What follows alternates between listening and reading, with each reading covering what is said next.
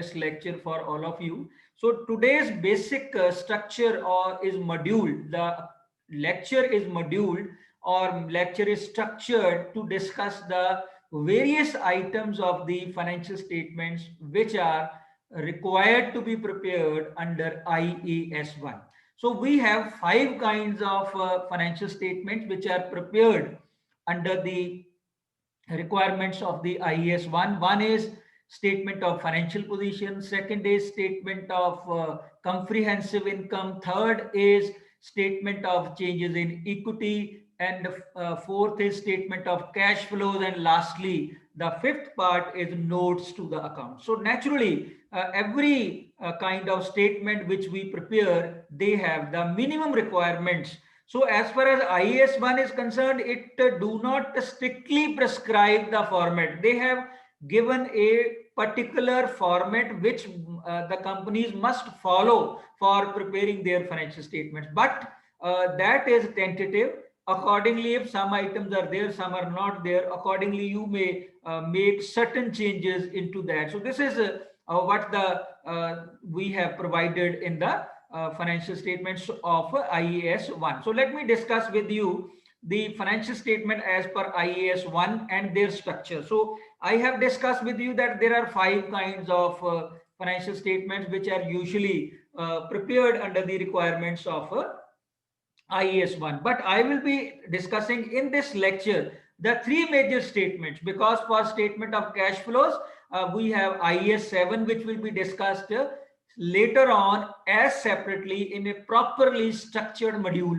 So that needs a full lecture on that also. So therefore, I'll be discussing with you the requirements of IAS 1 regarding the basically three kind of statement. Number one is statement of financial position. Second, I will be talking about statement of comprehensive income. And thirdly, I'll be talking with you regarding the statement of changes in the equity. So this is the basic. So let me share with you one very important aspect which we will be time and again using the term in financial statements, maybe in the statement of financial position or maybe in the statement of comprehensive income. That is the minority interest.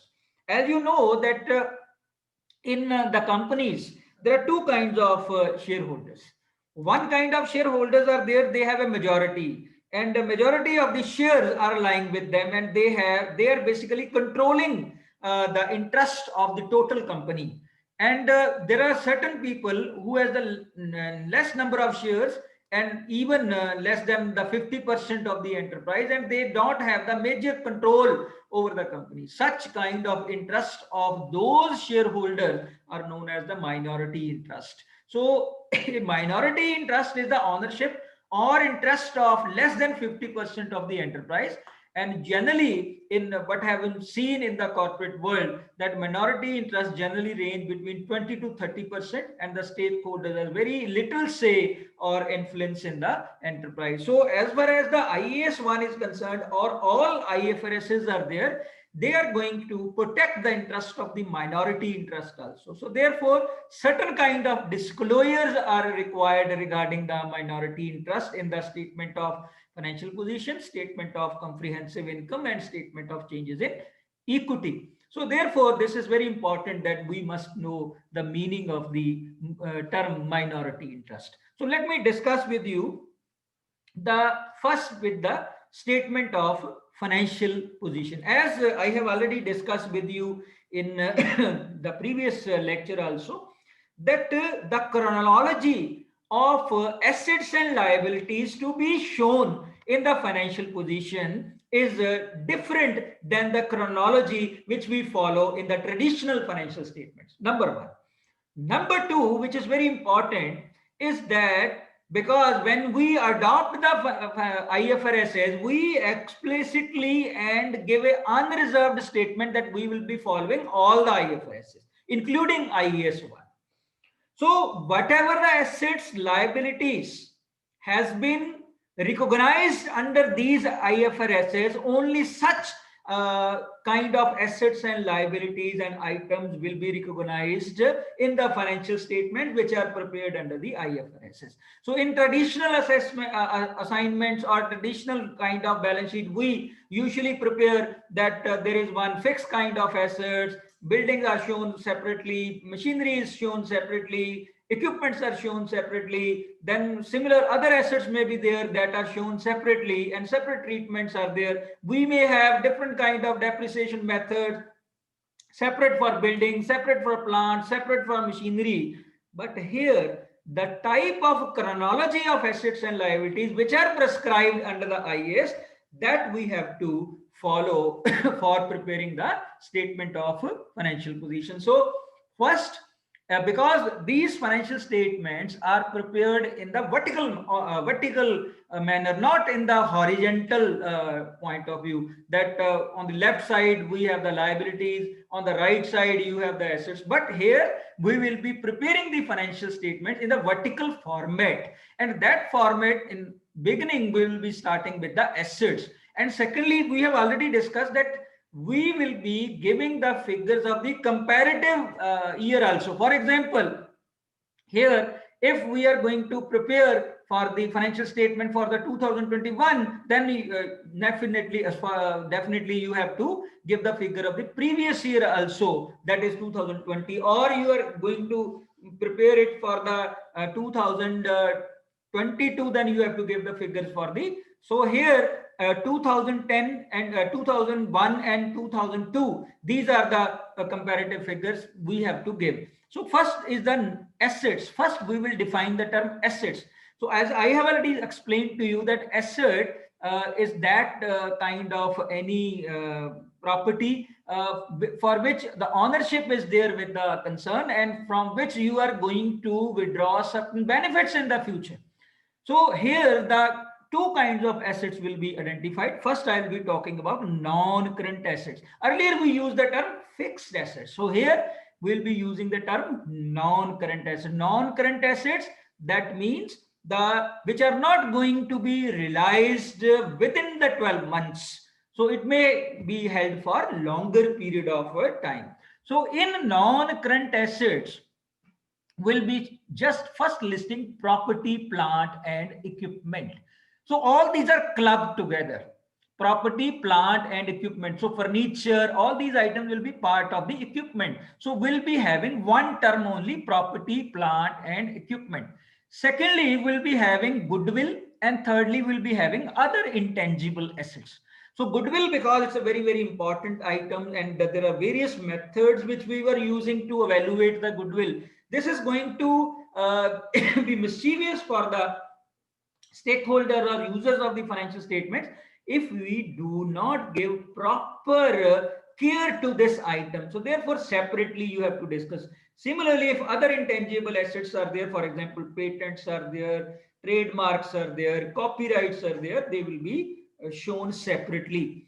And fourth item which is here, which will be is going to be there, your investments, and you have to identify the investments in associates, those companies which are your associates. That means you may be controlling such kind of company, your subsidiaries may be there, or you may be having some kind of investment in your holding company. So all these investment in associates you will explain in the balance sheet in non-current assets. Similarly, you may have certain made investments in certain assets of the other companies. You may have certain investments which are not in the form of property, plant and equipment. So you will, but they are available for sale investments, but they are not short-term investment. That will be shown here as non-current assets. So similarly, its total assets will be represented, and then you have the second category of asset which are known as current assets.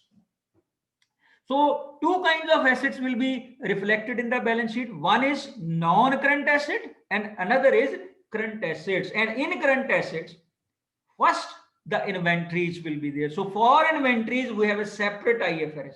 Similarly, trade receivable, which we earlier write it as debtors or account receivable. So here we'll be writing the term trade receivable. Apart from that, any kind of assets which are not covered in trade inventories or in the trade receivable, they will be reflected as other current assets. And lastly, cash and cash equivalents will be written. And in this way, total assets will be presented. So this is the format of a statement of financial position.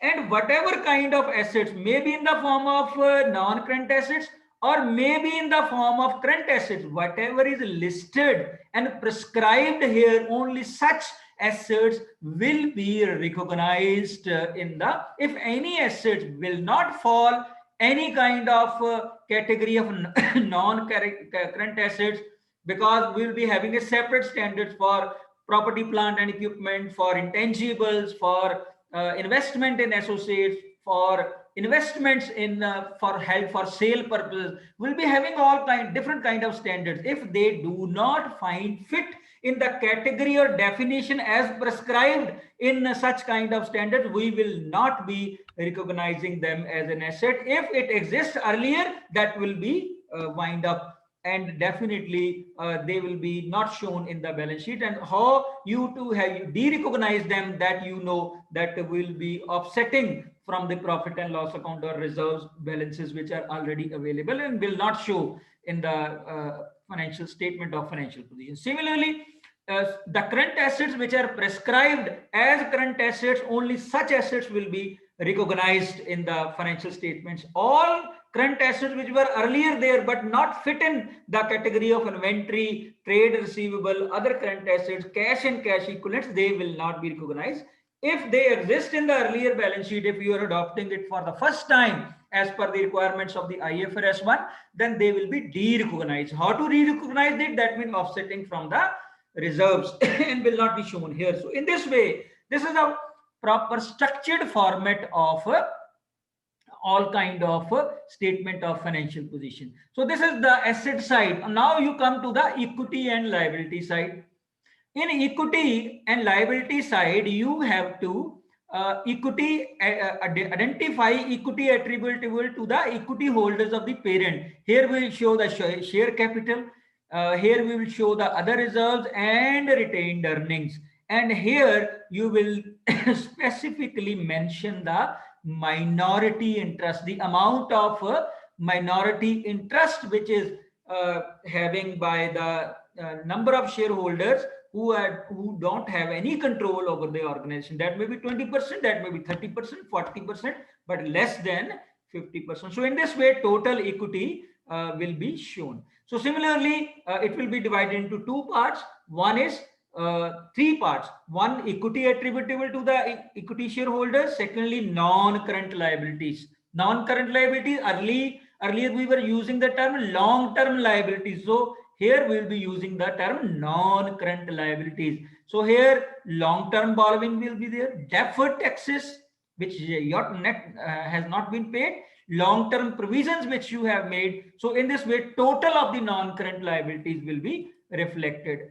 And in next part is the current liability. So in current liabilities, for them we have the separate standards also: trade and other payables, short-term borrowing, current position of the current portion of the long-term borrowing. So in long-term borrowings also, suppose you have taken a loan, but some interest is pending to be payable, current tax payable, short-term provisions which you have made, all these non-total current liabilities will be shown. And in this way, the total of equity plus non-current liabilities and the current liabilities will be shown as total liabilities, and in this way total equities and liabilities will be shown. So this is a format of the statement of financial position that we will be following. So there is a number of departures from the earlier system of preparing the balance sheet, and currently we'll be preparing the statement of financial position. So you may give it a name of a balance sheet,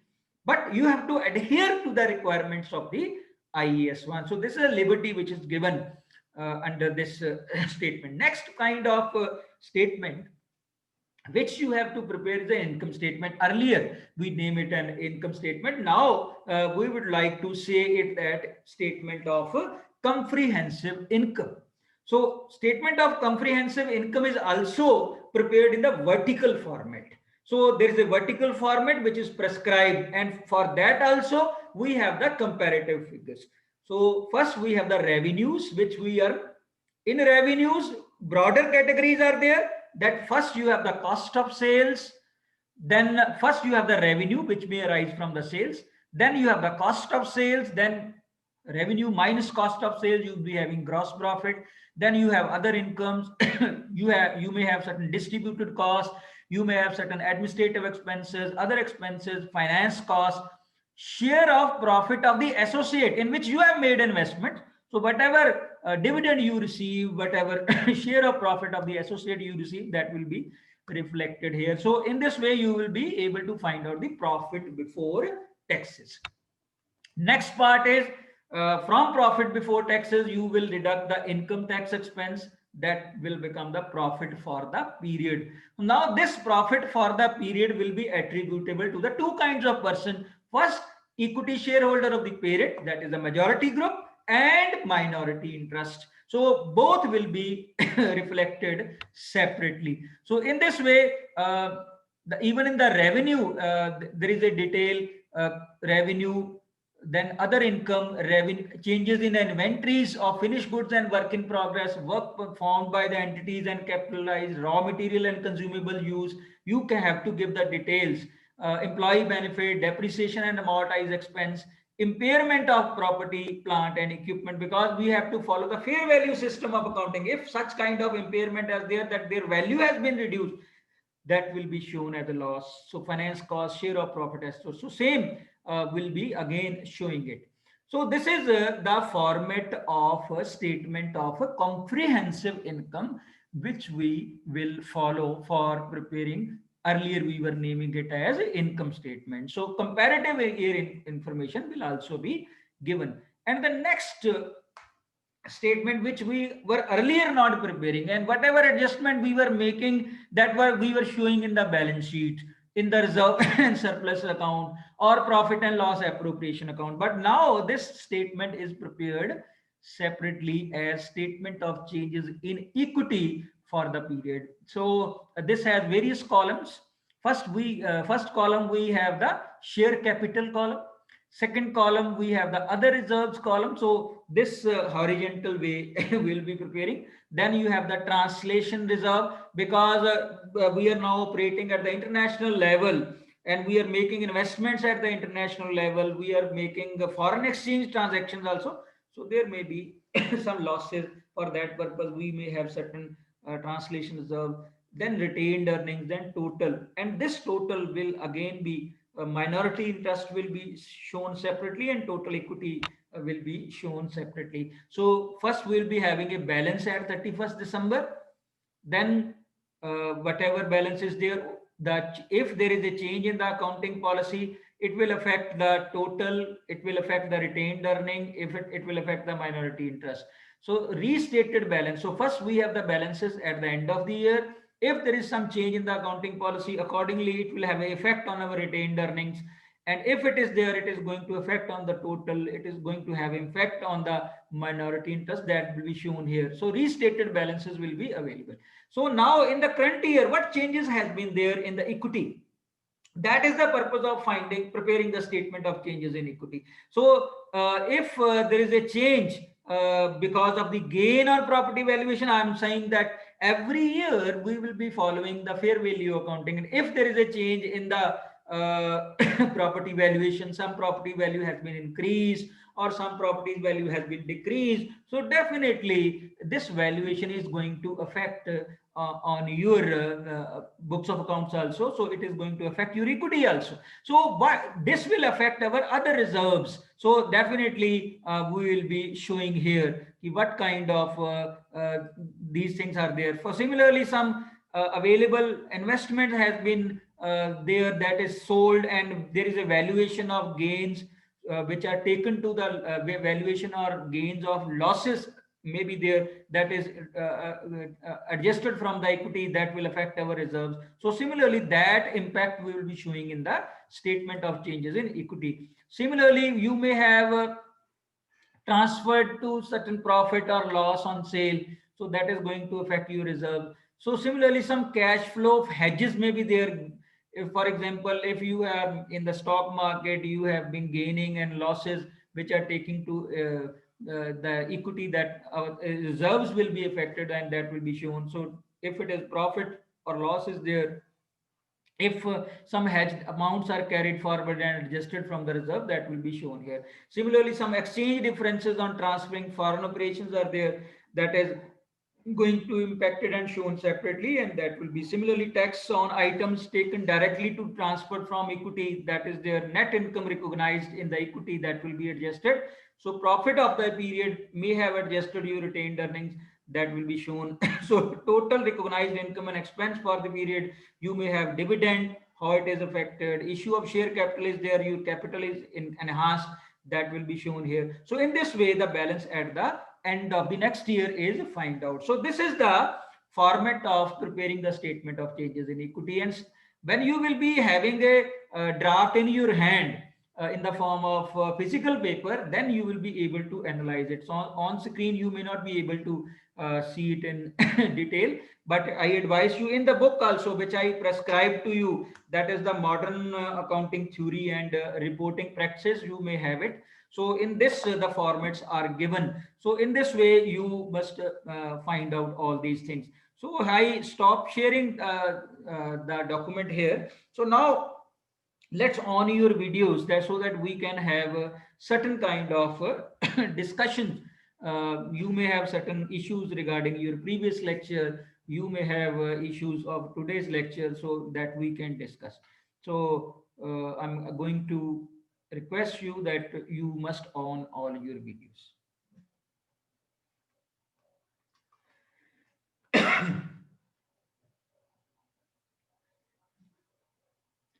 So Kashika has not yet on their video. Yogita, Mehak Jain, all should on your video.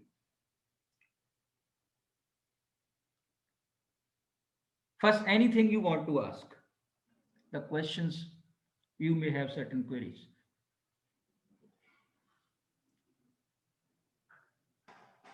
Sir, the difference between the previous balance sheet and the latest one is that कि एक तो इसमें vertically होता है and second one इसमें एक previous year का होता है कंपैरिजन और एक प्रीवियस करंट तो कंपैरिजन पिछली बैलेंस शीट में भी हम लेते थे, that we show it. The major departure is recognition of certain assets and liabilities, recognition and the format. Okay, earlier we were not having ki plant property and equipment nu ikatha karta jaye. We were having different kind of chronology. So chronology is also different. This is one thing. Any other?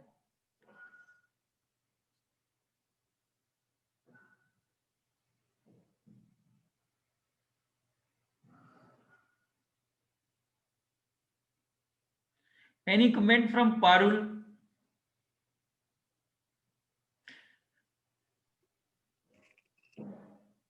Yes. So there are 5 financial statements that are required under the IAS 1. उसके बाद हमने ये आज discuss किया कि minority interest क्या है. Minority interest वो इंटरेस्ट जिसमें ओनरशिप होता है जो वो 50% से लेस होता है. और IAS 1 जो है वो प्रिपेयर किया जाता है ताकि हम माइनॉरिटी इंटरेस्ट को प्रोटेक्ट कर सके. उसके बाद Ayushi, can you tell me why we have a separate mention of the minority interest? Sir because minority interest का जो 50% लेस है ना उसको हम स्पेशली मेंशन करते हैं फाइनेंशियल स्टेटमेंट में other than the equity and और अदर क्लॉजेस. और इसको हम मिनॉरिटी इंटरेस्ट को ऑब्जेक्टिव क्या है, ऑब्जेक्टिव क्यों इसको सेपरेटली शो करने की जरूरत क्या है? What is the requirement? To know the true income and financial position. वो तो बेटे वो तो इक्विटी जो वो तो आते तब भी आ जाएगी. इसका ऑब्जेक्टिव क्या है? Why we show separately? Yes Vikas, Vikas Kumar 5830, you joined late today. Voice on करो फिर, on your voice. अनम्यूट करो बेटे. Yes,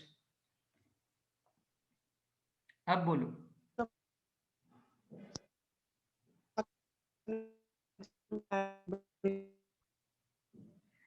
Voice is not clear. Ria. Yes, Ria, 5809. Yes, sir. It's the aim of IFRS is to मैं protect. Ma'am नहीं पूछा, मैं पूछ रहा हूं कि माइनॉरिटी इंटरेस्ट को why we show separately in the statement of financial position or statement of comprehensive income or statement of changes in equity. Objective क्या है, क्यों? To protect their interest. Interest तो सबका ही है, because they are not in a controlling position.